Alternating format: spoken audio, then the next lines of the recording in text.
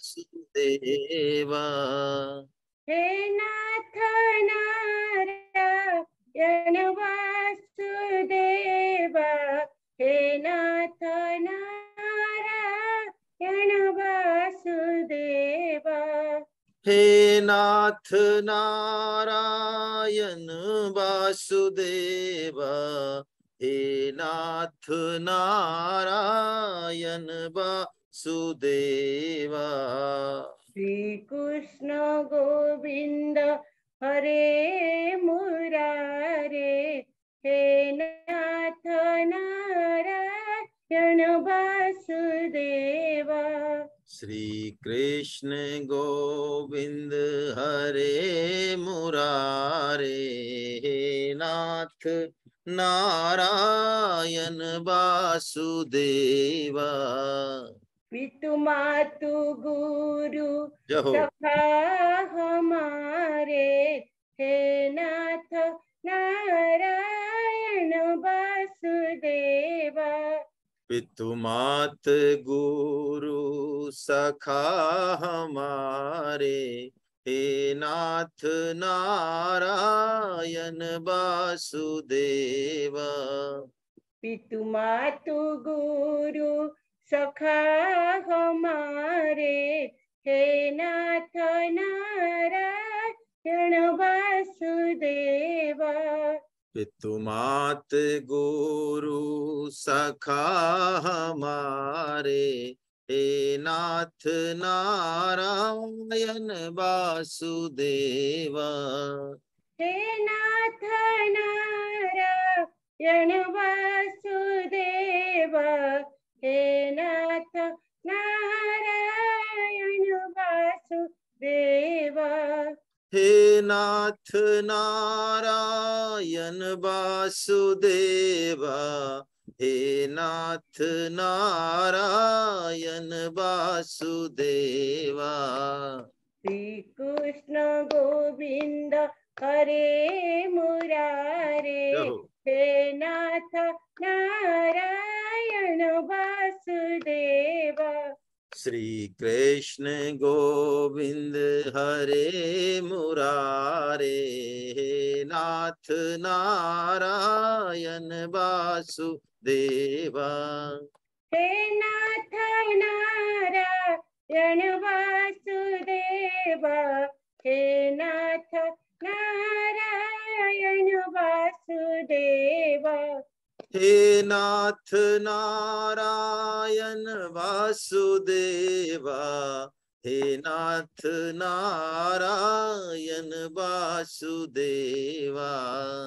पितु मातु गुरु सखा हमारे, हे नाथ नारायण वासुदेवा। पितु मात गुरु सखा हमारे, हे नाथ नारायण वासुदेवा। हे नाथ नारायण वासुदेवा, हे नाथ नारायण वासुदेवा। हे नाथ नारायण वासुदेवा, हे नाथ नारायण वासुदेवा। हरे कृष्ण कृष्ण कृष्ण हरे हरे, हरे राम राम राम हरे हरे। हरे कृष्णा कृष्णा कृष्णा हरे हरे, हरे राम राम राम हरे हरे। हरे कृष्णा कृष्णा कृष्णा हरे हरे, हरे राम राम राम हरे हरे। हरे कृष्णा कृष्णा कृष्णा हरे हरे, हरे राम राम राम हरे हरे। हरे कृष्णा कृष्णा कृष्णा हरे हरे, हरे राम राम राम हरे हरे। हरे कृष्णा कृष्णा कृष्णा हरे हरे, हरे राम राम राम हरे हरे। हरे कृष्णा कृष्णा कृष्णा हरे हरे, हरे राम राम राम हरे हरे। हरे कृष्णा कृष्णा कृष्णा हरे हरे, हरे राम राम राम हरे हरे। हरे कृष्णा कृष्णा कृष्णा हरे हरे, हरे राम राम राम हरे हरे। हरे कृष्णा कृष्णा कृष्णा हरे हरे, हरे राम राम राम हरे हरे। हरे कृष्णा कृष्णा कृष्णा हरे हरे, हरे राम राम राम हरे हरे। हरे कृष्णा कृष्णा कृष्णा हरे हरे, हरे राम राम राम हरे हरे। श्री कृष्ण गोविंद हरे मुरारे, हे नाथ नारायण वासुदेव। श्री कृष्ण गोविंद हरे मुरारे, हे नाथ नारायण वासुदेव। जय जगन्नाथ। जय जगन्नाथ। आइए हम लोग मंगलाचरण करें। बहुत बढ़िया। भक्त भक्त भगवंत गुरु, चतुर नाम बपुए, इनके पद बंदन किए, नासई विघ्न अने। सब संतन निर्णय कियो, मति श्रुति पुराण इतिहास। भजबे को दोई सुघर, कह हरिदास। बार बार बंदन करो, श्री नाभा आभा ऐं। जिन काढ़ो गाभा वेद को, भक्त माल रस दें। श्री प्रियादास पद कमल पुनि, बंदऊं बारंबार।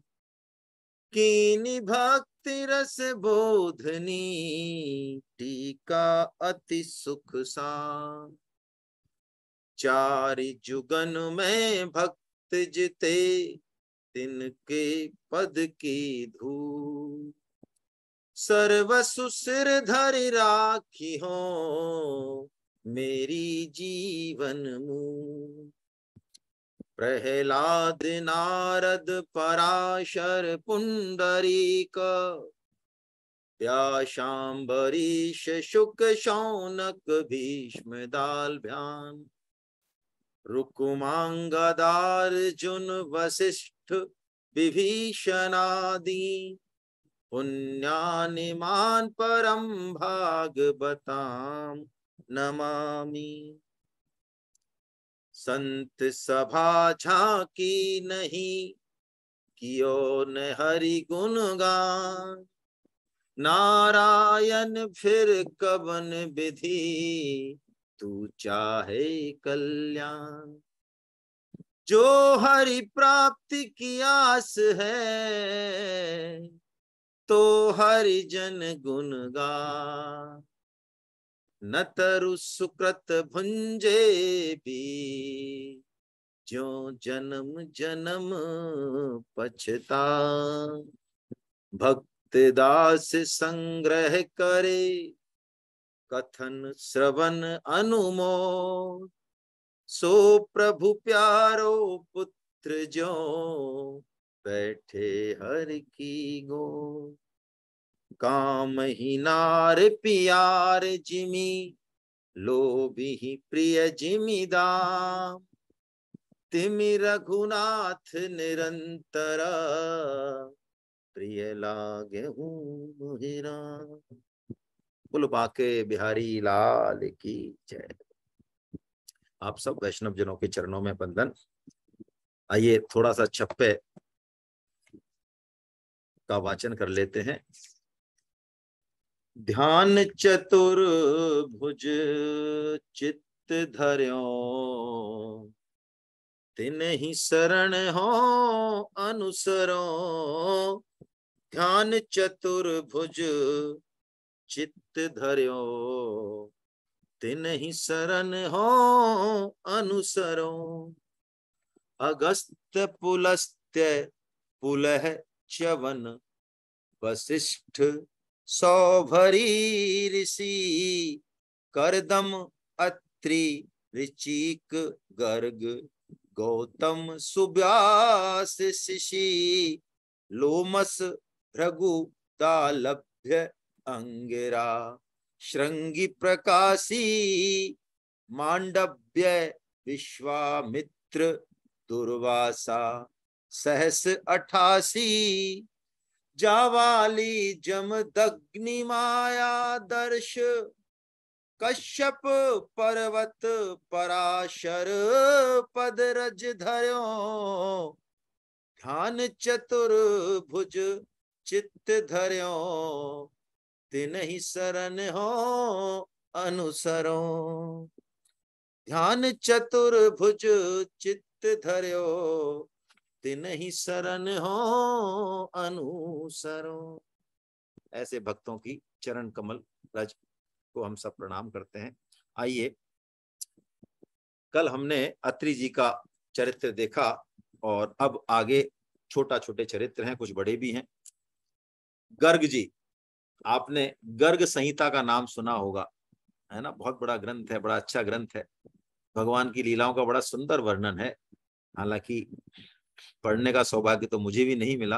बड़ा गर्ग संहिता, ये जो वसुदेव जी है ना, यदुवंशी, इनके पुरोहित हैं, कुल पुरोहित है।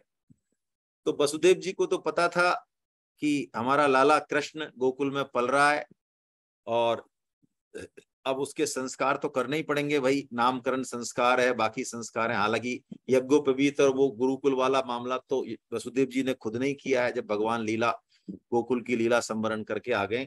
लेकिन नामकरण के लिए उन्होंने इनको बुलाया, गर्ग जी को, और इनको कहा कि आप जाओ और कृष्ण उनका, हमारे दोनों पुत्रों का जो है नामकरण करके आओ। तो गर्गाचार्य जी तो बड़े नीति नितज्ञ हैं, है ना। वो पहुंचे नंद बाबा के यहाँ और उन्होंने कहा, देखो भाई, किसी तरह का हल्ला गुल्ला नहीं होना चाहिए, क्योंकि मैं यदुवंशियों का कुल पुरोहित हूं। मेरा यहाँ आके नामकरण संस्कार करने का मतलब है कि जिस को ढूंढ रहा है कृष्ण, वो गारंटेड वो यदुवंशियों का वंश जो है यहाँ पल रहा है गोकुल में। ये खबर फैल गई तो बड़ा दिक्कत हो जाएगी, है ना। तो कंस को पता नहीं चल जाए, आभास नहीं हो जाए। इसलिए क्या किया गर्गाचार्य जी ने, नंद बाबा को बुला के और गोष्ठ में ले गए हैं। भगवान की प्राण स्थली है, हृदय स्थली है गौ माता। तो गौ माता जहाँ बंधती हैं नंद बाबा जी की, उस बड़े गोष्ठ में भगवान को ले गए एकांत में, और वहीं उन्होंने स्वस्ति वाचन वगैरह सारे जो संस्कार हैं वो कहे हैं।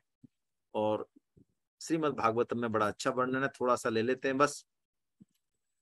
भगवान श्री कृष्ण का नाम उन्होंने श्री कृष्ण कृष्ण किया।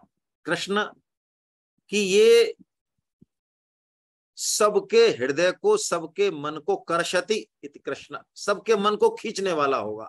जो कोई इसकी तरफ देख ले तो, इसका नाम ले ले तो, कैसे भी येन केन प्रकारेन, है ना, कैसे भी को भगवान श्री कृष्ण से संबंध मान ले, कैसे भी, चाहे द्वेष से मान ले, गाली दे ले भली, चाहे भगवान श्री कृष्ण को, भगवान श्री कृष्ण सबको अपनी तरफ खींचने वाले हैं। इसलिए उनका नाम कृष्ण रखा, सर्वाकर्षक। श्री प्रभुपाद जी कृष्ण शब्द का अर्थ जो है वो सर्वाकर्षक करते हैं, यानी सबसे सुंदर और सबसे आकर्षित करने वाली कोई यदि वस्तु है तो वो भगवान है, भगवान श्री कृष्ण है। और बलराम जी, क्योंकि ये बलों में, बलवानों में अति श्रेष्ठ होंगे, और उनका एक नाम संकर्षण रखा, है ना, क्योंकि वो गर्भ से, एक उनका जन्म तो हुआ है ना, देवकी जी के हुआ है जन्म, तो मैं भूल गया भाई, और रोहिणी जी के गर्भ में उनको लाया गया कर्षण करके, तो इसलिए उनका नाम संकर्षण हुआ, है ना। तो संकर्षण और बलराम क्योंकि सबके मन को लुभाने वाले होंगे, रमन करने वाले होंगे, बलों में सर्वश्रेष्ठ होंगे, इसलिए उनका नाम बलराम रहा। और इन्हीं दोनों नाम के साथ साथ गर्गाचार्य जी ने भगवान श्री कृष्ण और बलराम कैसी कैसी लीलाएं करेंगे लोकोत्तर, क्या उनके गुण होंगे, वो सब भी उन्होंने जन्म पत्री में लिख दिया। तो जब भी भगवान श्री कृष्ण कोई ऐसा काम करते तो गोकुलवासी सब इकट्ठे होते कि भाई ये काम तो हमारा लला नहीं कर सके, ये तो कोई, तो नंद बाबा कहते भैया लाओ जन्म पत्री लाओ, जन्म पत्री में देखें, देखो। तो जन्म पत्री में देखते और वही बात लिखी रहती तो सबको विश्वास हो जाता, अरे हमारे लाला में तो ये गुण पहले से ही है भैया, यही ना करो ये काम, है ना। ऐसे तो उनकी इससे जो है बड़ा। अब गर्गाचार्य जी ने एक और समस्या का समाधान किया कि ब्रज कुमारिकाएं जो हैं, नंद गोप कुमाराएं, है ना, तो ब्रज कुमारिकाएं जितनी हैं वो सब कात्यायनी देवी का पूजन करती हैं, गौर पूजन, है ना। कात्यायनी देवी है वहां की, ब्रज की। क्यों कर रही हैं पूजन? कि भगवान श्री कृष्ण ही जो है हमें पति रूप में मिले। तो उनके जो पति, उनके जो माता पिता थे, भाई बंधु थे, वो सब चाहते थे कि भाई अब कन्याएं बड़ी हो रही हैं, है ना, तो इनका विवाह करें कहीं भी जहां से अच्छा वर मिले। बड़ी कठिन समस्या थी। तो गर्गाचार्य जी के सामने जब ये समस्या आई तो उन्होंने इसका भी हल निकाला। कैसे निकाला? जब ब्रह्मा जी सारे उनको हर के ले गए, गौवत्स हरण लीला है ना, ब्रह्मा जी को मोह हो गया भगवान की लीला देख के, तो वो सबको हर ले गए, है ना। और भगवान श्री कृष्ण ही उस समय समस्त गोप बालकों के रूप में ब्रज में विचर रहे थे। साल भरी लीला। चलिए, आपने श्रीमद् भागवतम पढ़ा होगा तो आपको डिटेल पता होगी, इसलिए मैं बहुत डिटेल में नहीं ले रहा हूं। तो उस समय गर्गाचार्य जी पधारे और उन्होंने जाके कहा, देखो भैया ऐसा है, इस समय ऐसा बढ़िया मुहूर्त बन रहा है, ऐसा मुहूर्त अगले 12 वर्ष तक फिर बनने वाला नहीं है, इसलिए तुम जल्दी जल्दी से जो भी बढ़िया तुम्हारे गोकुल में लड़का मिले उससे अपनी अपनी कन्याओं का विवाह कर दो, वरना बाद में 12 साल तक विवाह होने का मुहूर्त नहीं होगा तो गड़बड़ होगी। तो भगवान श्री कृष्ण ही तो बने हुए थे सब रूपों में, सब ब्रज कुमारियों का विवाह जो है जितने भी गोप बालकों से हुआ श्री कृष्ण से ही हो गया, है ना। ऐसे जो है इन्होंने बड़ा अच्छा, इनका चरित्र है गर्ग संहिता में। अब हम अगले ऋषि जी हैं गौतम ऋषि। इनकी पत्नी का नाम अहिल्या है। ऐसा कहते हैं अहिल्या, हल्या यानी दोष, जिसमें किसी भी तरह का दोष नहीं हो वो अहिल्या। और वो सर्वांग सुंदरी, यानी उनके जैसी सुंदर स्त्री उस समय तीनों लोक में नहीं थी, अप्सराओं से भी सुंदर। तो जब अहिल्या का सृष्टि हुई, अहिल्या की ब्रह्मा जी से सृष्टि हुई, उन्हीं की कन्या है ये। तो जितने भी देवी देवता थे, वो देवता थे और थे, वो सब उस कन्या में मोहित हो गए।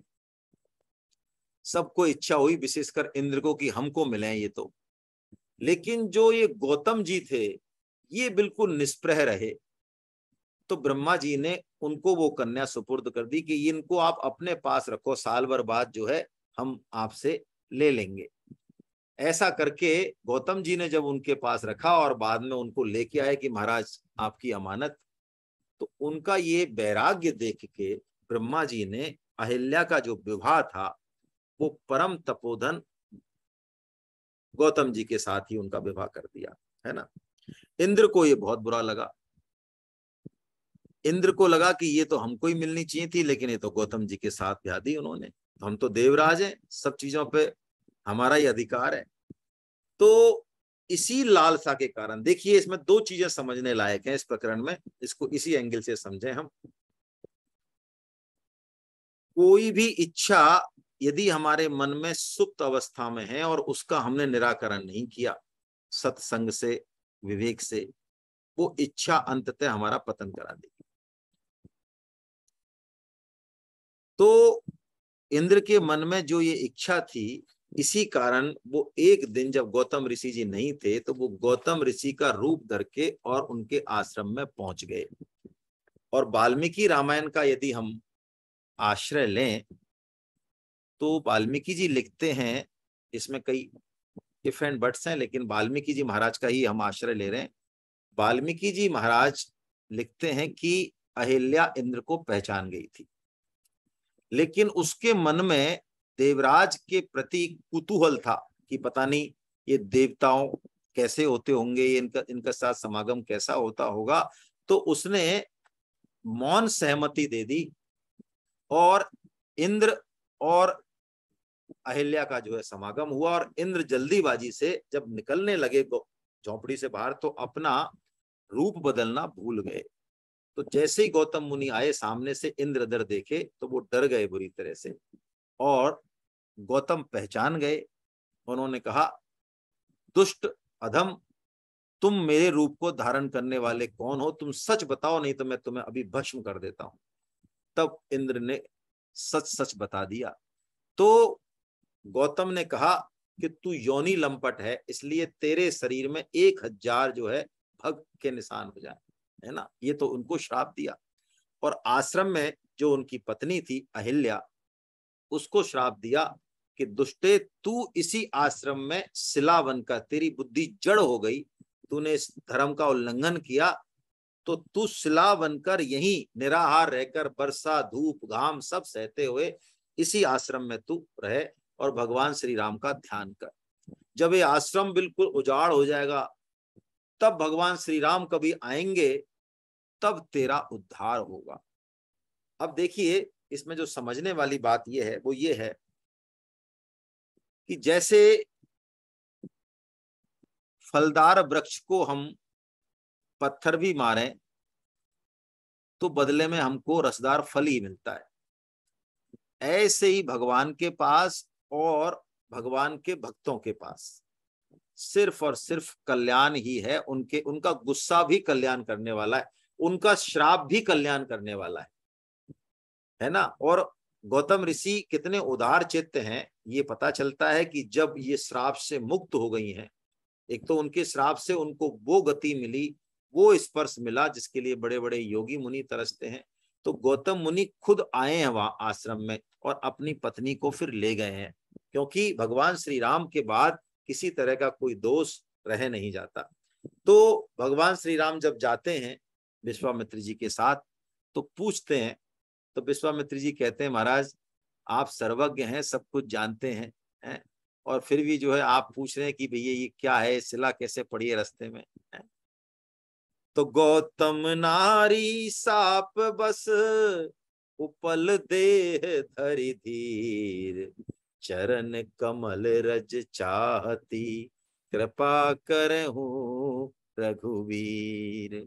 ऐसा कह के भगवान ने माता अहिल्या का उद्धार किया और माता अहिल्या ने बहुत जबरदस्त जो है स्तुति की है और गौतम ऋषि जी खुद उनको लेने आए हैं और दोनों फिर अपने जो है लोग चले गए।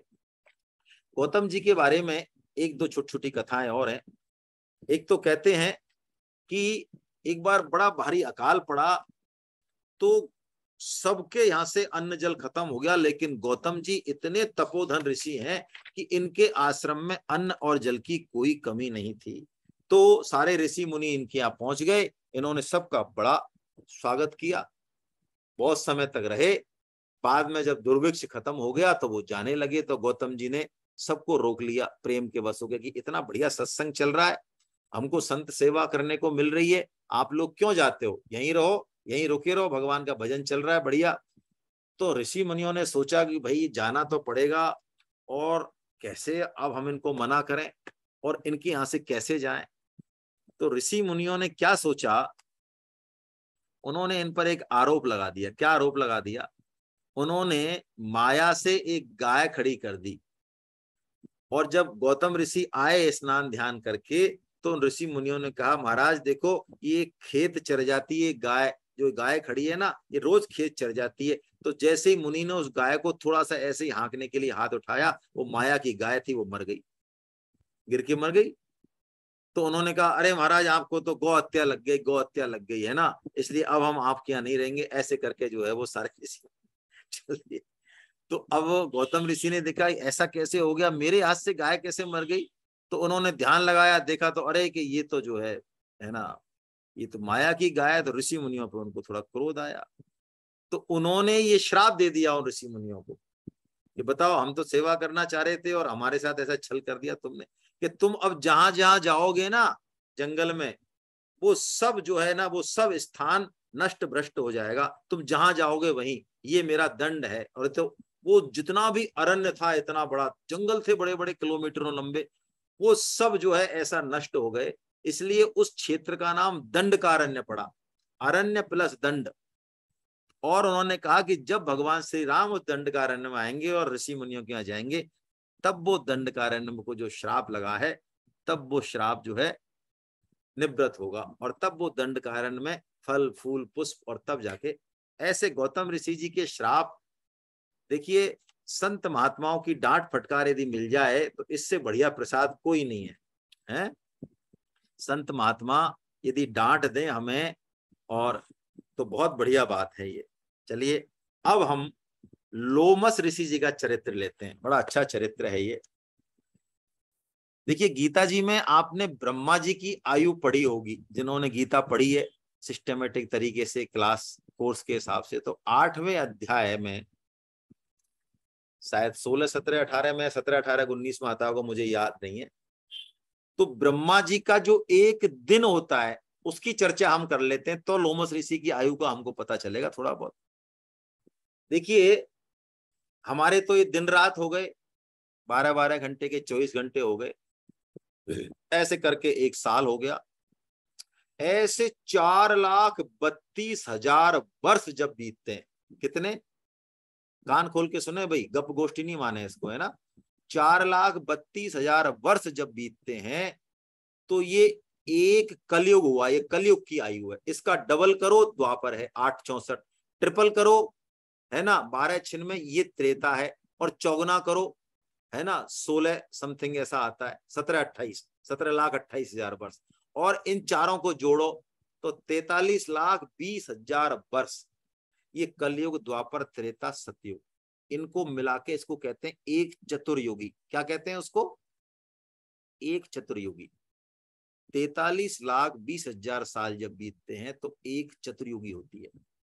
ऐसे चतुर्युगी 1,000 बार घूमे, 1,000 बार, एक चतुर्युगी, 2 चतुर्युगी, 3 चतुर्युगी, 1,000 बार घूमे तो ब्रह्मा जी का एक दिन होता है। कौन सा दिन होता है? 12 घंटे वाला या 24 घंटे वाला? 12 घंटे वाला होता है। इतनी ब्रह्मा जी की रात होती है, ठीक है। ये मिला के ब्रह्मा जी का एक दिन हुआ।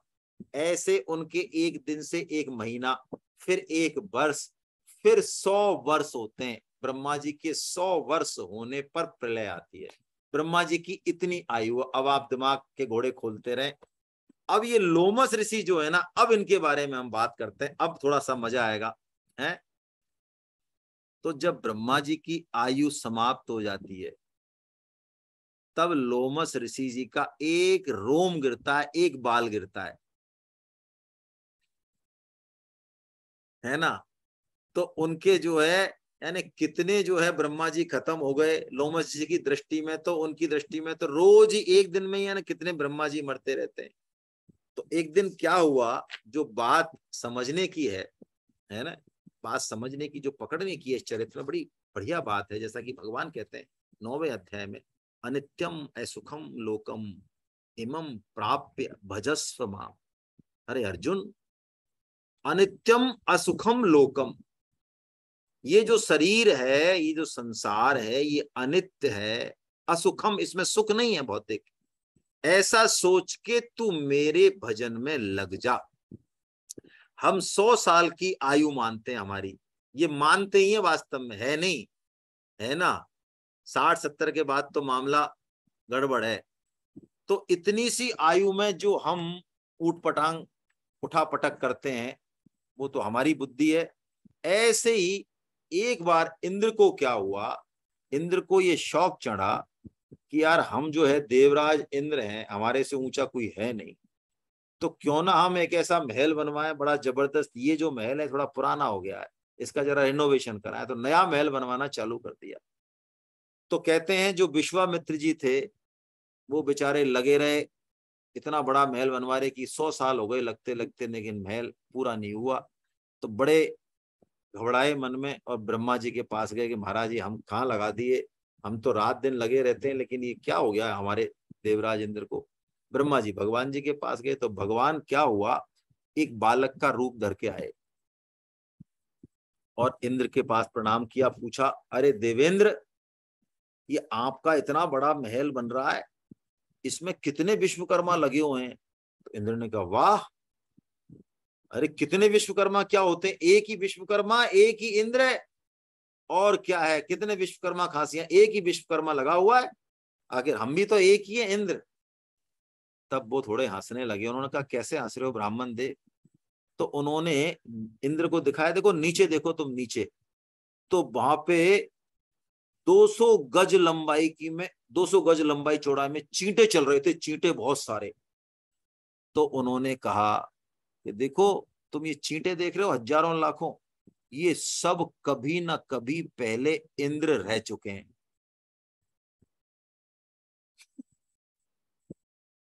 इंद्र क्या है, इंद्र और ब्रह्मा जी ये क्या है, आपको पता है, गीता आप ढंग से यदि पढ़े श्लोक बार, ये हम सब भी रह चुके हैं। ऐसा मत माने आप कि वो चींटे रह चुके, हम सब भी कभी न कभी इंद्र रह चुके हैं, खूब भोग विलास कर चुके हैं। क्योंकि इंद्र, ये देवता ब्रह्मा जी तक ये सब पोस्ट है, पोस्ट। जैसे प्रधानमंत्री क्या है, प्रधानमंत्री क्या है, पोस्ट है, कोई भी रह सकता है सिस्टम से जो जाएगा। तो जिस जो पुण्य अर्जित कर लेता है, इसके सिस्टम है, शास्त्रों में बता रखे, ऐसे ऐसे इतने इतने यज्ञ करेगा, इतने इतने पुण्य करेगा, ये इंद्र बनेगा, ऐसे ऐसे करेगा ये ब्रह्मा जी बनेगा। तो उन्होंने कहा ये जो चींटे हैं ना, ये सारे की सारे पहले इंद्र रह चुके हैं, और इनके पुण्य छीन हो गए, छीने पुण्य मृतलोकम विशंति, ये नीचे आ गए, चींटा बन गए। तो इंद्र के जमीन खिसक गई इंद्र के नीचे की, ये क्या बात है। लेकिन विश्वास नहीं आया उसको। इतने में क्या हुआ, लोमस ऋषि जी उधर से निकले, और लोमस ऋषि जी क्या करते थे, अपने सिर पे चटाई लेके चलते थे, है ना। तो महर्षि लोमस आए वहां पे, वास्तव में भगवान ने बुलाया उनको, स्मरण किया उनका, शिक्षा दे रहे ना भगवान। तो जैसे ही लोमस जी आए, भगवान ने प्रणाम किया उनको, महाराज नमस्कार नमस्कार। और इंद्र के सामने पूछा, महाराज ये हमारे समझ नहीं आया कि ये आप चटाई लेके क्यों चलते हैं, लंगोटी पहन रखी है आपने और सिर्फ चटाई लेके चल रहे हैं आप, और जो है ये आपके यहाँ के इस पे इतने सारे बाल हैं, बाकी जगह नहीं है, ये क्या चक्कर है। तो उन्होंने कहा देखो महाराज, लोमस ऋषि जी कह रहे हैं, सुनने की बात है, ये जीवन क्षण भंगुर है महाराज, है। इस थोड़ी सी आयु के लिए क्या तो हम कुटिया बनाएं और क्या बर्तन भाड़े इकट्ठे करें, तो हम तो क्या करते हैं, चटाई लेके चलते हैं, धूप होती है, बारिश होती है, चटाई से रक्षा हो जाती है, और हमारा काम भगवान का भजन करना है, उसको बिठा के हम जो है बैठ जाते हैं। अब हम रोज ही रोज जो है, हमने यानी कितने सारे इंद्रों को और ब्रह्माजियों को रोज ही लुढ़कते हुए देखते हैं हम तो, है ना। इसलिए हमारा इसमें ध्यान नहीं है कुछ भी। और ये जो आप कह रहे हो ये वाला, तो हमारे देखो सारे रोम गिर गए, ये इतने ब्रह्मा जी जो है, इतने ब्रह्मा जी और इंद्र जो है गए, इंद्र तो साथ साथ गए, एक ब्रह्मा जी जाते हैं तो 14 इंद्र चले जाते हैं, तो ये सब चले गए, और इतना एरिया में अभी रोम है हमारे। ऐसा कह के महाराज हम तो भगवान का भजन करते रहते हैं, अब प्रणाम आपको, और चल दिए वो। अब इंद्र क्या बोले, उन्होंने कहा भैया छोड़ो छोड़ो ये सब महल वहल, ये क्या लेना देना महल वहल का, जब लोमस ऋषि जैसे ही जो है कुछ नहीं कर रहे हैं, तो क्या मतलब है ये, है। ऐसा कह के भगवान ने लोमस ऋषि के ब्याज से जो है, और इंद्र को और इंद्र के ब्याज से, बल्कि हम सबको ये उपदेश दिया कि जीवन क्षण भंगुर है। हम इसमें लोमस जी की लोमस रामायण भी प्रसिद्ध है, भगवान श्री राम का रूप भी इन्होंने देखा है और उपदेश दिया है काकभूषण जी को, है ना। अब दालभ्यान एक चरित, हम प्रहलाद नारद पराशर पुंडरीक है ना, प्रहलाद नारद पराशर पुंडरीक है, क्या है आगे, भीष्म दालभ्यान, है ना, भीष्म दालभ्यान।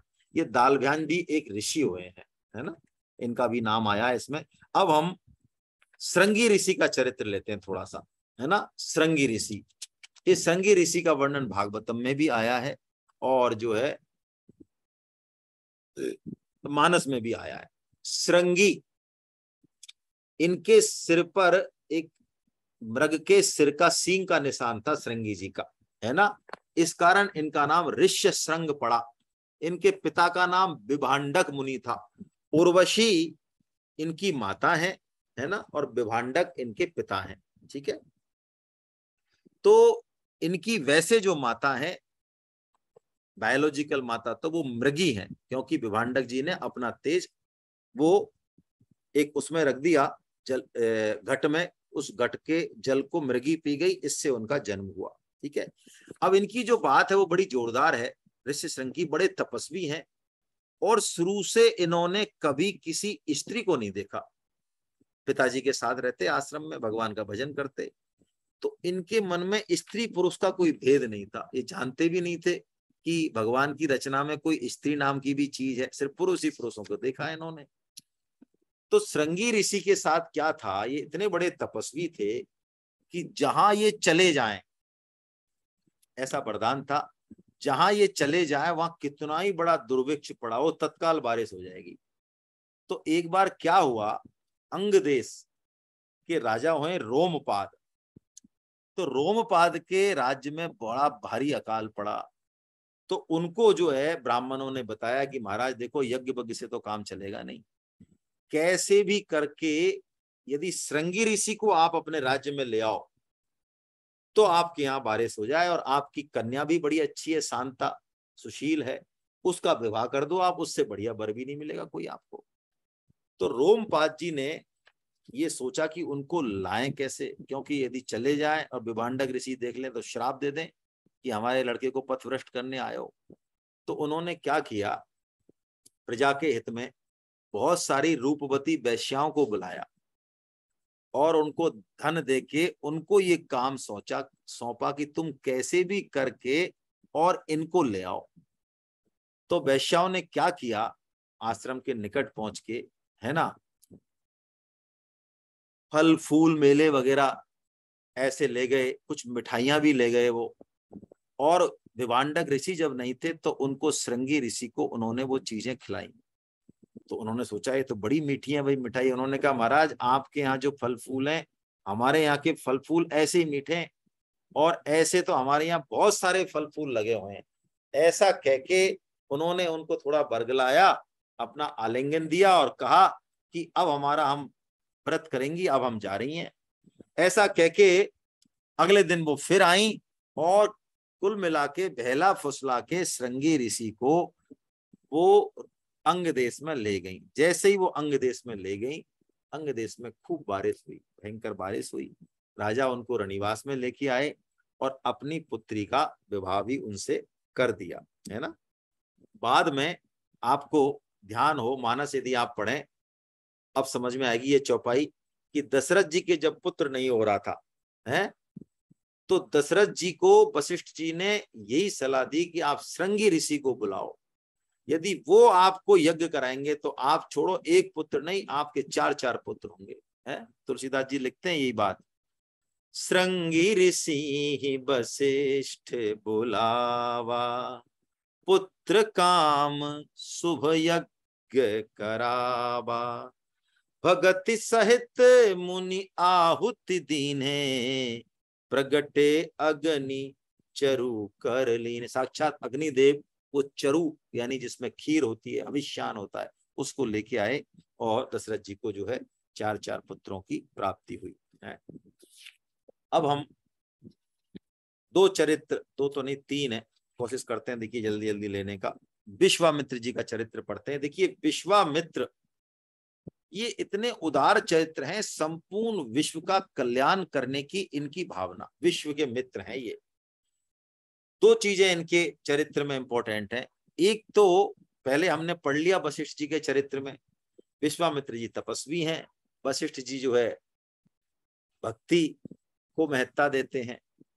तो वशिष्ठ जी के सामने विश्वामित्र जी का तप काम नहीं आया, तो उन्होंने ये सोचा कि दिग्बलम क्षत्रिय बलम दिग्बलम, है, जितना भी तपस्या का बल है सब बेकार है, ब्रह्म तेजम बलम बलम, है ना, ब्रह्म तेज जो है वो हम ब्रह्म ऋषि बने, यानी हम ब्राह्मण बने, क्षत्रिय से क्षत्रिय वर्ण से ब्राह्मण में जाए और ब्राह्मण से भी हम ब्रह्म ऋषि बने। ऐसा इनका जीवन का निश्चय हुआ और किया भी इन्होंने, ऐसा हुआ। इससे एक मैसेज तो ये मिलता है कि हमारी वर्ण व्यवस्था सिर्फ जाति के आधार पर नहीं थी, जन्म के आधार पर नहीं थी। कर्म का भी उसमें बहुत बड़ा रोल था। तो देखिए लंबी कथा है लेकिन शॉर्ट में लेते हैं। विश्वामित्र जी ने कई बार 1,000 साल के तप किए, लेकिन इनके तप को, क्योंकि ये विश्वामित्र हैं, इनका तप जो है किसी न किसी और काम में लग जाता। जैसे कि एक बार त्रिशंकु का चरित्र आपने पढ़ा होगा। त्रिशंकु को सशरीर स्वर्ग में जाना था, तो वशिष्ठ जी ने मना कर दिया, वशिष्ठ जी के पुत्रों ने भी मना कर दिया, है ना। तो जब वशिष्ठ जी ने मना कर दिया तो विश्वामित्र जी के पास आए, तो उन्होंने कहा हाँ हम भेज देंगे आपको सशरीर स्वर्ग। तो उन्होंने यज्ञ कराया, यज्ञ तप कराया, तो देवता नहीं आए भाग लेने। तब इन्होंने क्या किया, अपने तपोबल से त्रिशंकु को सशरीर स्वर्ग भेज दिया। तो जब स्वर्ग पहुंचे त्रिशंकु, तो देवराज इंद्र ने देखा, अरे ये जो है बिना उसके ही आ गया, पात्रता के ही, स्वर्ग का अधिकारी नहीं है। उन्होंने उसको धक्का दे दिया। जब वो नीचे गिरने लगा तो विश्वामित्र जी ने अपने तप से उसको वहीं रोक दिया। ना तो वो स्वर्ग में रहा, ना वो नीचे आया। तब से त्रिशंकु कहते हैं, ये कहावत जब से बनी है कि त्रिशंकु की तरह लटक गए हम बीच में ही। तो उन्होंने कहा चिंता मत करो त्रिशंकु, तुम इस स्वर्ग में तो तुमको इंद्र नहीं जाने दे रहा है, ठीक बात है, मैं तुमको इस स्वर्ग लोक से भी और उत्तम स्वर्गलोक का निर्माण कर दूंगा। और उन्होंने नए स्वर्गलोक की सृष्टि करना शुरू कर दिया है। बड़ी मुश्किल से ब्रह्मा जी ने जो है मनाया उनको।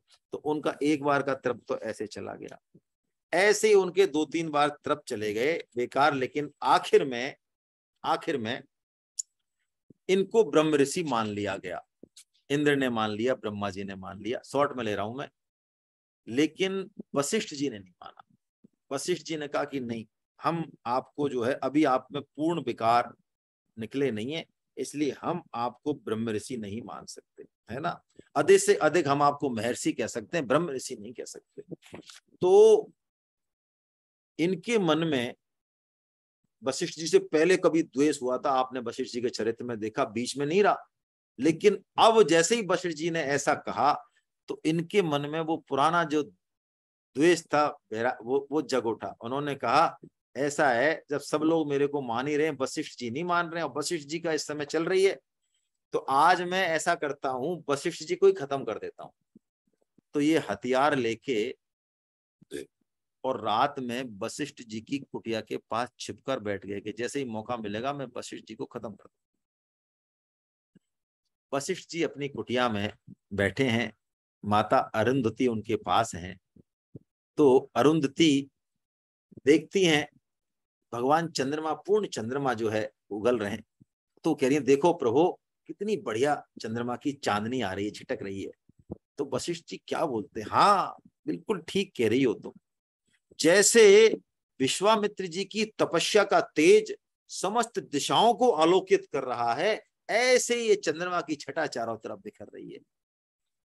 उन्होंने, अरुंधति जी ने कहा, अरे आपने वैसे तो उसको जो है ब्रह्म ऋषि नहीं माना, और ऐसे आप जो है इनकी, विश्वामित्र जी की एक तरीके से आप बड़ी प्रशंसा कर रहे हो। तो फिर तुम ब्रह्म ऋषि क्यों नहीं मान लेते हो? उनको सबने मान लिया, तो एक आपने तो नहीं माना, फिर ब्रह्म ऋषि मान लो उनको, अरुंधति ने कहा। तो वशिष्ठ जी ने कहा हाँ मान तो लें, उसमें तो कोई दिक्कत नहीं है, उनमें कोई विकार नहीं है, लेकिन उन्होंने अभी शस्त्र धारण करना नहीं छोड़ा। वो क्षत्रिय का उनमें जो स्वभाव से जो क्षत्रिय पना है ना, वो स्वभाव उनका नहीं छूट रहा है अभी। ब्रह्म ऋषि पद के लिए बस ये थोड़ी सी कमी है, शस्त्र धारण करना उन्होंने नहीं छोड़ा। ये ब्राह्मण धर्म के विरुद्ध है। जैसे ही विश्वामित्र जी ने सुना, ओ हो, कितने उदार हैं ये, और उनको अपनी भूल का भी पता चला, तो उन्होंने तुरंत, बड़ी ग्लानि हुई, देखो मेरी कैसी दुष्ट बुद्धि है, ये क्षत्रिय कैसा मेरा स्वभाव हो गया कि मैं जो है इनको वध करने दौड़े। वो और वशिष्ठ जी के चरणों में गिर पड़े। जैसे ही गिरे, वशिष्ठ जी ने कहा उठो ब्रह्म ऋषि, उठो, तुम्हारा स्थान चरणों में नहीं मेरे हृदय में है। ब्रह्म ऋषि का पद दे दिया। तो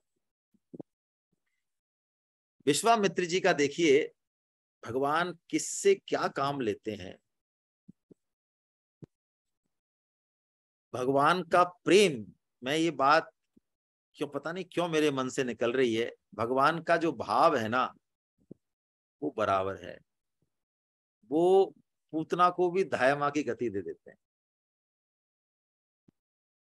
ये हमारे लिए तो बहुत बुद्धि से समझना मुश्किल बात है कि जो हलाहल विष लगा के आई, जो मारने आई, लेकिन वो काम तो धाय माँ का कर रही है, माता का कर रही है। भगवान की नजरों में इस भाव में कोई फर्क नहीं, इसलिए पूतना को भी भगवान धाय माँ की गति देते हैं। ऐसी जो दुष्ट होते हैं ना, ऐसा मान लें आप समझने के लिए कि उनको वो रोल मिला है दुष्टाई का, और उन दुष्टों के रोल से भगवान का जो चरित्र होता है ना, जो उनकी करुणा होती है, जो उनका दया कोमल चित स्वभाव होता है, वो और निखरता है। बहुत सूक्ष्म बात है ये भाई। देखो, पुराने साधक दिख रहे हैं मुझे, इसलिए मैं निवेदन कर रहा हूं, वरना नए साधक गड्ढमड्ढ नहीं कर दें बातों को। जैसे कि देखो, मैं समझाने की कोशिश कर रहा हूं,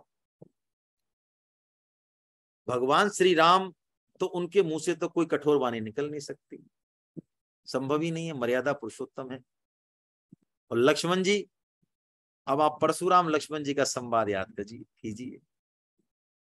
देखो, लक्ष्मण जी जो जो वहां पे आड़ा तिरछापन करते हैं, कुटिलता बोलते हैं, अल्टीमेटली आप इस दृष्टि से देखें, उससे भगवान श्री राम की जो कोमलता है, जो उदारता है, उनके जो गुण हैं, वो और प्रकट हो रहे हैं जगत में, है ना। ये केकई माँ है जो राम के चरित्र को सर्वोच्च उत्कर्ष पर पहुंचाने में निमित्त बनती हैं। ये भगवान श्री राम की दृष्टि है, हमारी दृष्टि चाहे कुछ भी हो।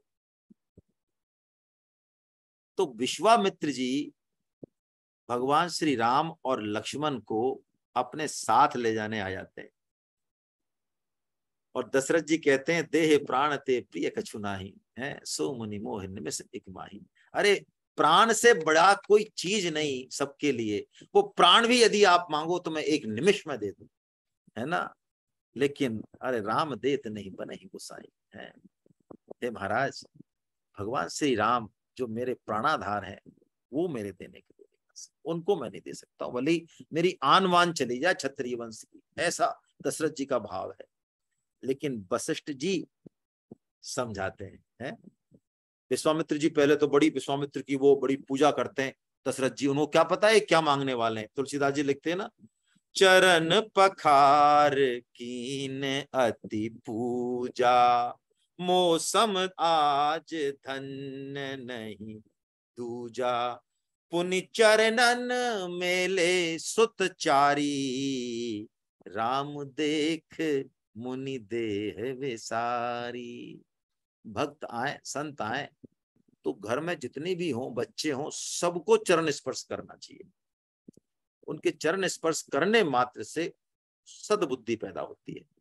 दशरथ जी चारों पुत्रों को ऋषि के चरणों में मेल देते हैं, लेकिन जैसे ही विश्वामित्र जी देखते हैं ना, बस, तो विश्वामित्र जी तो जैसे चकोर को देखते हैं ना, चकवा चकवी, चकोर को चंद्रमा, चंद्रमा को चकोर देखता, ऐसे जन चकोर पूर्ण शशि लोवा, ऐसे भगवान को देखते हैं और उन्हीं को मांग बैठते हैं कि महाराज मेरे को इनको दे दो। क्यों? राक्षसों का वध करना है। ओहो, ये हमारे 10-10 साल के सुकोमल पुत्र और राक्षसों का वध करना है, मना कर देते हैं। वो प्राण दे दो, लेकिन हम तो नहीं देते। तब वशिष्ठ जी ने उनको कहा, महाराज आप निसंकोच जो है इनको दे दो, है ना, ये आपका और हमारा सबका भला करने आए हैं। अरे, राक्षस क्या, संपूर्ण पृथ्वी के कोई इनका कोई बिगाड़ सकता है क्या? ऐसा कुछ नहीं है। और देखिए, विश्वामित्र जी जब से ले गए भगवान श्री राम को और जब लाए हैं, इस बीच में आप देखिए कितना उत्कर्ष हुआ है रघुवंश का, है। सीता जी मिली हैं, बारात लेके गए दशरथ जी के, चलो राम को ब्याह लाए। ये क्या पता था वहां 3-3 बहू और मिलेंगी संग में, चारों का ब्याह हो गया जो है ना। सारा जो आनंद और उल्लास का वातावरण है वो विश्वामित्र जी की है, क्योंकि विश्वामित्र जी चाहे कुछ भी कर रहे हैं, भगवान राम के चरणों में उनका प्रेम अगाध है। जब वो जाते हैं तो गोस्वामी तुलसीदास जी ने गीतावली में बड़ा अच्छा पद गाया है, 1-2 लाइन हम लेते हैं, कैसा उनका मन का भाव है। आज सुकृत सकल फल पई हो, जा रहे हैं भगवान श्री राम और लक्ष्मण को लेने। आज सकल सुकृत फल पई हो। सुख की सीव अवधि आनंद की, अवधि बिलो की हो पई हो। आज सकल सुकृत फल पई हो। आप समझ रहे हैं ना हिंदी अर्थ, तभी मजा आएगा। वो कह रहे हैं आज जितने भी मेरे पुण्य हैं, तपस्या है, उनका फल मैं पाने जा रहा हूं। क्यों, कहां जा रहे हैं ऐसे? सुख की सीव अवधि आनंद की, क्या शब्द हैं देखिए। यानी बड़े से बड़ा सुख, बड़े से बड़ा आनंद जो संभव है, वो आज मेरे को मिलने वाला है। सुतन सहित दशरथ ही देखी हो, प्रेम पुलक उरलई हो। कैसा प्रेम होगा मेरे हृदय में जब मैं भगवान श्री राम और उनके भाइयों को देखूंगा, दशरथ जी को देखूंगा। आहा। और क्या कह रहे हैं? रामचंद्र मुख चंद्र सुधा छवि, रामचंद्र मुख चंद्र सुधा छवि, नयन चकोरन पैयो, आज सुकृत सकल फल पइयो। ऐसा भाव है।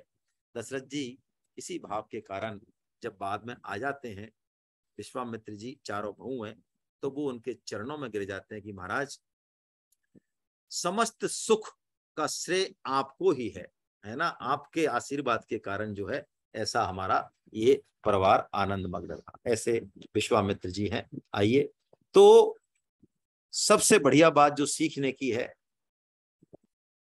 हमें भगवान की आज्ञा का पालन कर लेना चाहिए बिना ज्यादा दिमाग लगाए, है ना। भगवान श्री कृष्ण गीता में भी यही कहते हैं 3.30 और 31 में, अरे अर्जुन, तू मेरे को मत मान, लेकिन चल मेरी बात मान ले। मेरी बात मानने से ही तेरा कल्याण हो जाएगा। मेरे को मत मान, कोई दिक्कत नहीं है ना। अब जो है 2 चरित्र और हैं, ले लें हम, या तो आज ही, क्योंकि अगली बार से पिकअप पे ले लेंगे नया, या तो ऐसा कर लें, ले लेते हैं। चलिए आइए, दुर्वासा जी का है।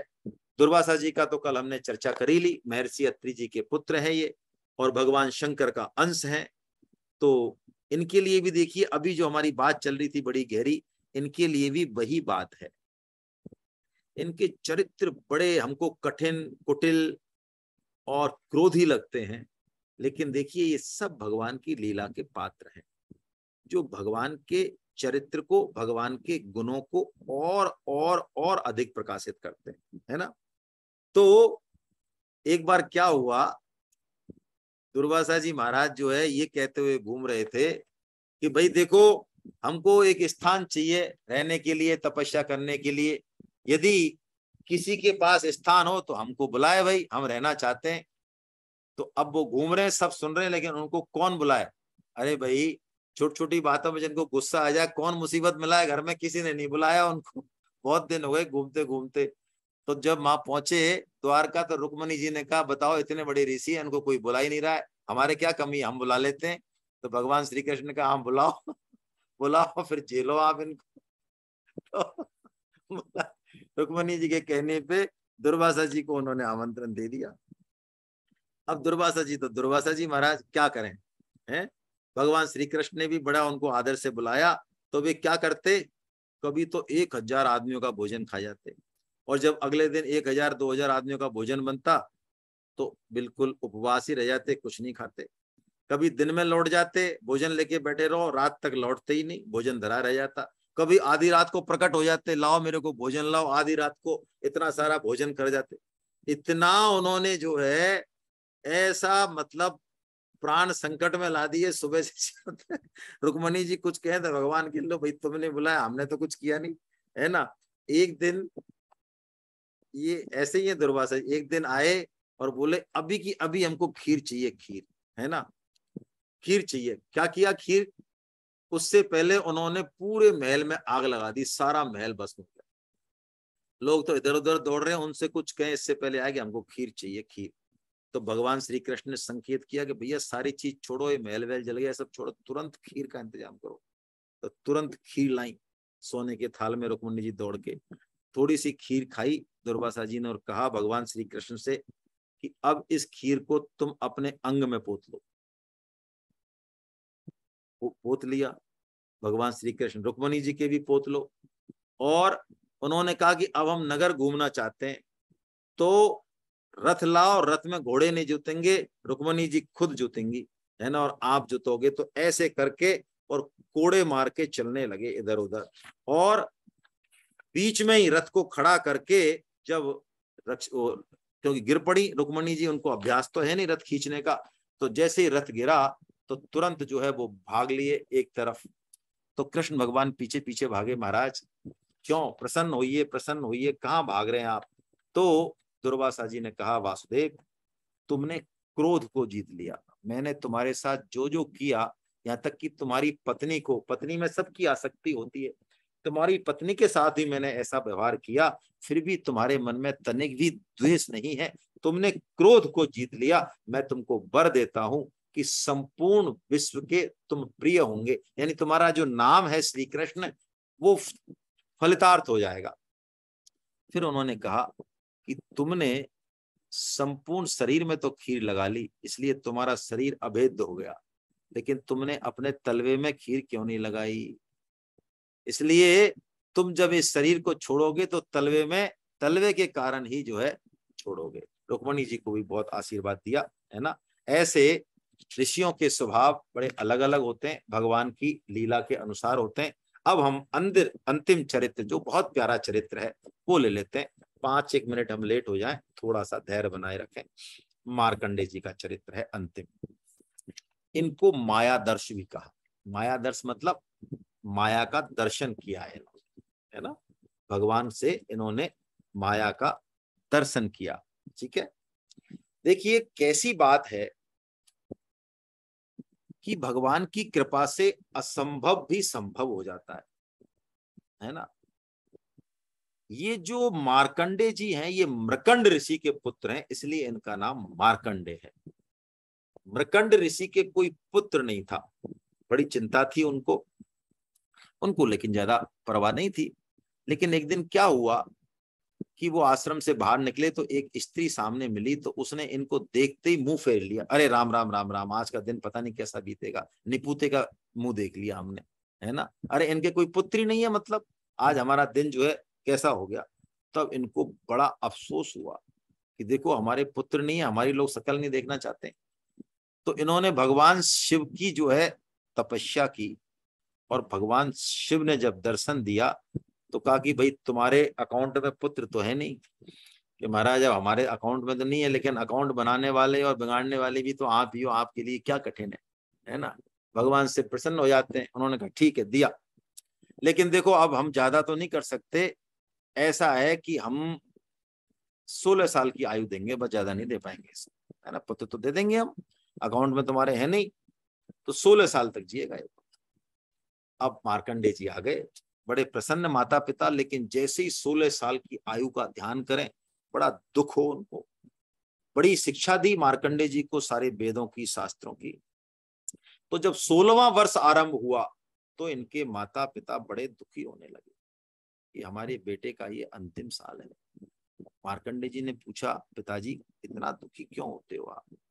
तो उन्होंने कहा, बेटा क्या करें, बात ये है तुम अल्पायु हो। तो उन्होंने कहा कि मैं अल्पायु हूं तो क्या हुआ, वो भगवान कालों के काल हैं, आपने तो मुझे पढ़ाया है, वो चाहे तो क्या नहीं हो सकता। मैं उन्हीं भगवान शिव की जो है तपस्या करने जाता हूं, और मैं आपको वादा करता हूं कि मैं उस दुर्जय मृत्यु को भी जीत कर आऊंगा। ऐसा कह के वो जंगल में चले गए और बड़ी घोर तपस्या करी। कहते हैं महामृत्युंजय स्त्रोत का इन्होंने जाप किया। और जब वर्ष खत्म होने वाला था और जब काल इनके सामने आया तो ये भगवान शिव के सामने महामृत्युंजय का जप कर रहे थे। काल को देख के ये शिवलिंग से लिपट गए हैं और महामृत्युंजय स्रोत का बड़े जोर जोर से जो है पाठ करने लगे। विकल हो गए एकदम, भगवान शिव के प्रति एकदम विकल हो गए। भगवान शिव इनके इस भाव को देख के प्रकट हो गए और यमराज को उन्होंने एक दिया जो है, भागो भैया यहाँ से, हम आगे ना, देवों के देव महादेव यमराज, यमराज के भी यमराज हम आगे, अब तुम्हारा क्या काम है, भग जाओ यहाँ से। भगवान शिव ने कहते हैं इनको अजर अमर होने का वरदान दिया, है ना। मार्कंडे जी कहाँ तो अल्पायु थे और कहाँ जो है वो चिरंजीवी हो गए। 7 चिरंजीवियों में मार्कंडे जी का भी नाम है। अश्वत्थामा बलर्व्यासो है, अश्वत्थामा बलर्व्यासो हनुमानश्च विभीषणा कृपश्च परशुरामश्च सप्तैते चिरजीवना, ये चिरजीविनी है 7, है ना। देखिए मार्कंडे जी ने बड़ी तपस्या की, 6 मनवंतर बीत गए। छोटी सी बात और फिर हम इस चरित्र को और थोड़ी सी बात करेंगे। तो इंद्र को बड़ा भय लगा कि ऐसा है कहीं ये मेरे इंद्रलोक के लिए तपस्या नहीं कर रहे हैं, तो उसने पुंजक स्थिला नामक अप्सरा को भेजा। लेकिन क्योंकि ये तो भगवान नारायण के परायण हैं, भगवान शिव के भक्त हैं, उस अप्सरा का इनके ऊपर कोई फर्क नहीं पड़ा। और इनकी तुलना की है संतों ने कि भगवान शिव ने भी कामदेव को जीता, ठीक है, लेकिन क्रोध को नहीं जीत पाए। नारद जी ने काम और क्रोध दोनों को जीता, लेकिन अहंकार को नहीं जीत पाए। तब नारद गबने सब पाई, जिता काम अहमिति महमाई। तुलसीदास जी कह रहे हैं ना, अहम अहमिति मनमाई। लेकिन कहते हैं मार्कंडे जी ने काम और क्रोध दोनों को जीता, है ना, लेकिन साथ में अहम को भी जीता, है ना। भगवान के बड़े भक्त हुए हैं ये। तो एक दिन क्या हुआ, भगवान नर नारायण इनकी तपस्या से प्रसन्न हुए और वर मांगने के लिए कहा। तो इन्होंने कहा महाराज पता नहीं क्या सूझी, भगवान की लीला होगी। इन्होंने कहा महाराज हम आपकी माया को देखना चाहते हैं। भगवान की माया को कौन देखना, किसी की समझ में नहीं आती माया तो है ना, भगवान से वर ब्रह्मा जी चक्कर खाते। मार्कंडे जी ने कहा आपकी माया बड़ी अजीब है, हम उनका दर्शन करना चाहते हैं। तो भगवान हंसे, चलो ठीक है भाई, कभी समय आएगा जब दिखाएंगे आपको, अभी तो एवमस्तु कह के चल दिए भगवान। एक दिन क्या हुआ, ये पुष्प भद्रा नदी के किनारे तट पे बैठे तपस्या कर रहे थे कि अचानक जोर से आंधी चलने लगी। इतनी जोर से वर्षा हुई, सांबर तक मेघ जोर तक। मोटे गजराज के जो सूंड होती है ना, आजकल के गजराजों की सूंड नहीं, बड़े बड़े गजराजों की, मदमत्त जो गजराज होते थे पहले, है ना, उनकी सूंड के बराबर जलधाराएं। और पूरी पृथ्वी क्या स्वर्ग तक पानी भर गया, चारों तरफ प्रलय ही प्रलय। और ये मार्कंडे ऋषि जी अपने प्राण बचा रहे हैं, भाग रहे हैं इधर से उधर, इधर से उधर। तब उन्होंने एक छोटा सा टापू देखा, तो वो टापू पर पहुंचे। वहां पर एक छोटा सा बट का वृक्ष था। उस बट वृक्ष पर ईशान कोण की शाखा पर, उस पत्र पुट पर, एक पत्ते पर उन्होंने छोटे से श्याम सुंदर को, उसकी वो मनोहर छवि देखी। और वो श्याम सुंदर अपने पैर के अंगूठे को, है ना, हाथों से पकड़कर और अपने अंगूठे को खुद ही चूस रहे हैं, मानो भगवान आत्मा राम है। उनके आनंद के लिए किसी दूसरी चीज की आवश्यकता नहीं है, भगवान स्वयं ही आनंद घन है? उस अंगुष्ठ को वो पी रहे हैं भगवान, यही इनके इष्ट हैं। आइए थोड़ी स्तुति करते हैं। मार्कंडे जी ने जो स्तुति की, बड़ी जबरदस्त, बड़ी प्यारी स्तुति है ये। करार बिंदेन पदार बिंदम मुखार बिंदे विनिवेशयन्तम वटस्य पत्रस्य पुटे शयानं बालं मुकुन्दं शिरसा नमामि। श्री कृष्ण गोविंद हरे मुरारे, हे नाथ नारायण वासुदेवा।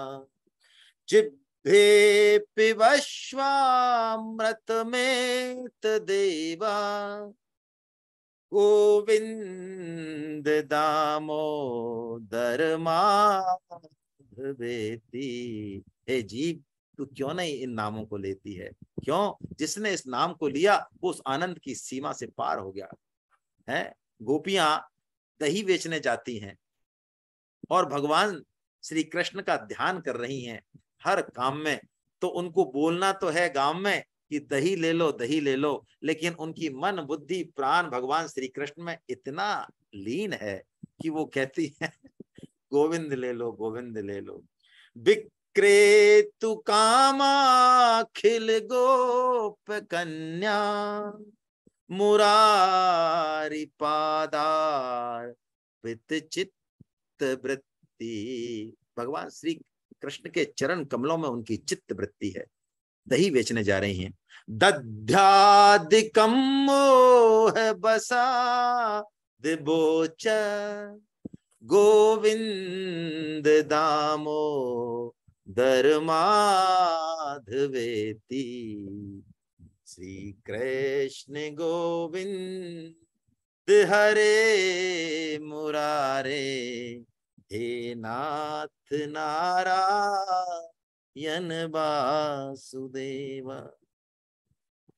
भगवान का ऐसा मनमोहक रूप देख के इतना आनंद हुआ मार्कंडेय मुनि को। उन्होंने ऐसी अद्भुत स्तुति की है। बिल मंगल ने कृष्ण करनामत है ना, ये 71-72 श्लोकों का ये गोविंद दामोदर स्तोत्र है। बड़ा प्यारा स्तोत्र है। अभी हमने एक छंदी लिया इसका, तो एकदम से उनकी सारी थकान मिट गई, सारा डर भय सब चला गया प्रलय का, और एकदम से उसके पास चले गए। हृदय प्रफुल्लित हो गया और उन्होंने बोला कि तुम कौन हो महाराज, यहाँ इस प्रलय अग्नि में, इस जल में मेरे को इतना आनंद देने वाले कौन हो। तो जैसे ही वो अंदर गए, भगवान श्री कृष्ण ने सांस ली, सांस के साथ ही वो अंदर पेट में चले और पेट में चले गए तो वहां उन्होंने एक से एक ब्रह्मांड देखे। हो एक से एक ब्रह्मांडों में अलग अलग ब्रह्मा जी और अलग अलग शिव जी और इंद्र, ऐसे करके, और उनका पूरा मोहित हो गए कि वास्तव में है क्या ये। तो थोड़ी देर में जैसे ही उनका ज्यादा, उन्होंने जब सारा चीज देखा, कुछ समझ में नहीं आया, फिर भगवान श्री कृष्ण ने एक सांस ली है ना, फिर वो बाहर आ गए, किसी प्रलय सागर में आ गए, और फिर उन्होंने देखा कि वो अपने अंगूठे को चूस रहे हैं और उस बट के पुत्र पे बड़ी तिरछी मुस्कान से उनको देख रहे हैं। उन्होंने कहा महाराज कैसी प्यारी छवि है। फिर भूल गए वो, फिर उनको अपने आलिंगन में लेने के लिए फिर आगे बढ़े। मुनि कितनी प्यारी छवि है, मान लो मैं छीन लूं। इतने में भगवान अंतर्ध्यान हो गए और वो सारा दृश्य गायब हो गया। और मुनि ने देखा, अरे मैं पुष्प भद्रा नदी के किनारे अपने आश्रम में ही एज इट इज बैठा तो ये कोई पानी नहीं, कुछ नहीं, कोई लेना न देना। उनका चित्त भगवान की इस माया से भाव विभल हो गया। उन्होंने उसी मायापति भगवान को ही प्रणाम किया, हे प्रभु, हे प्रभु, आपकी कैसी कृपा, कैसी कृपा है। आपने अपनी माया के दर्शन मुझे कराए। उसी समय भगवान शंकर जो है पार्वती जी के साथ निकले, और पार्वती जी ने जब उनको ऐसे भाव विभल देखा भगवान के भजन में, तो उन्होंने कहा कि भगवान शिव से कहा, कैसे भक्त हैं ये, हैं, मेरे मन में इनको देख के वात्सल्य भाव उमड़ रहा है, यानी माता की सी अनुभूति हो रही है मुझे। तो आपके तो ये भक्त हैं, तो आप जो है कुछ इनको कुछ वरदान तो दो। तो भगवान शिव पहुंचे। तो वो तो बैठे हैं, उनको तो वही बटस्य पुत्रस्य पत्रम शयानम, वो तो उनकी छवि लग रही है। तो भगवान शिव ने कहा ये तो एंट्री नहीं हो रही है हमारी, तो ये तो भगवान श्री कृष्ण के बाल मुकुंदम छवि में ही मगन है, हमारी एंट्री नहीं है, हम एंट्री कैसे करें बताओ। वर तो जब दें जब हमारे आंख खोलें देखें हमको। तो भगवान शिव ने क्या किया, उनके हृदय में नारायण की जगह अपनी स्फूर्ति की। जैसे ही भगवान शिव को देखा उन्होंने हृदय में, तुरंत उनकी आंख खुली, मार्कंडेय जी की आंख खुली, तो सामने साक्षात भगवान शिव और पार्वती खड़े हैं। बड़े प्रसन्न हुए, स्तुति की, और भगवान ने, शिव ने उनको वरदान दिया, कहा कि वर मांगो आप। तो क्या वर मांगा मार्कंडेय जी ने, ये बात अंतिम बात और बड़ी काम की बात। हे प्रभु, मेरा आप में, आपके शरणागत भक्तों में मेरी भक्ति, मेरा प्रेम हमेशा बनी रहे, मुझे आप यही आशीर्वाद दें, है ना। तब से कहते हैं मार्कंडेय ऋषि जो है आज भी भगवान की इन लीलाओं का स्मरण करते हुए इस पृथ्वी पर विचरते रहते हैं। हनुमान जी महाराज, मार्कंडेय जी महाराज, ये सब जो है चिरंजीवी हैं। इनका नाम लेने से ही जय होती है, अक्षय होती है, सारे सुख दुखों से मुक्ति होती है इनका नाम लेने मात्र से, स्मरण मात्र से। बोलो मार्कंडेय महाराज की जय हो। गोविंद जय जय गोपाल जय जय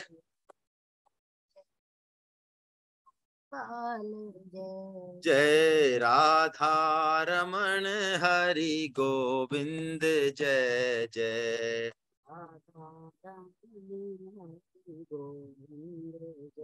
जय गोविंद जय जय गोपाल जय जय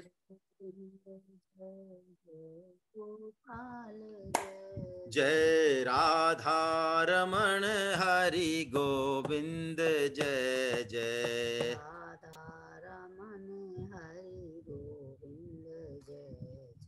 राधा रमन हरि गोविंद जय जय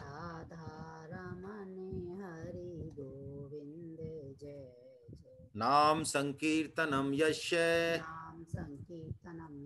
सर्व पाप प्रणाशनम प्रणामो दुख समनस्तं नमामि हरिं परम। बोलो बांके बिहारी लाल की जय, बोलो वृंदावन बिहारी लाल की जय, बोलो राधा गोविंद देव सरकार की जय, अर्जुन के सखा भगवान श्री कृष्ण की, मीरा के गिरधर नागर की, सूर के घनश्याम की, वृषभानु सुता राधा रानी की, मर्यादा पुरुषोत्तम भगवान श्री राम की, जानकी माता की, गौ माता की, धरती माता की, साधक संजीवनी की, श्रीमद् भागवत महापुराण की, सब संतों की, सब भक्तों की, अनंत कोटि वैष्णव वृंद की आज के आनंद की जय हो। जय जगन्नाथ। आप सभी भक्तजनों के चरणों में प्रणाम। अगले मंगलवार हम फिर मिलेंगे और शनिवार को नंदोत्सव है ना। 51 टिकट बचे हैं जो इस कथा में है। मैं इसलिए कह रहा हूँ, ये नहीं समझना कि कोई टिकट बेचने के लिए कह रहा हूँ। जो इस कथा को सुन रहे हैं और टिकट नहीं लिए हैं और वास्तव में नंदोत्सव देखना चाहते हैं तो तुरंत ले लें, आज ही ले लें, शायद कल अवेलेबल नहीं रहे, क्योंकि 640 टिकट है, 40 ही बचे हैं बस अब हमारे पास, है ना। हरे कृष्णा। आप सबको दंडवत प्रणाम। जय जगन्नाथ, जय जगन्नाथ, जय जगन्नाथ, जय जगन्नाथ।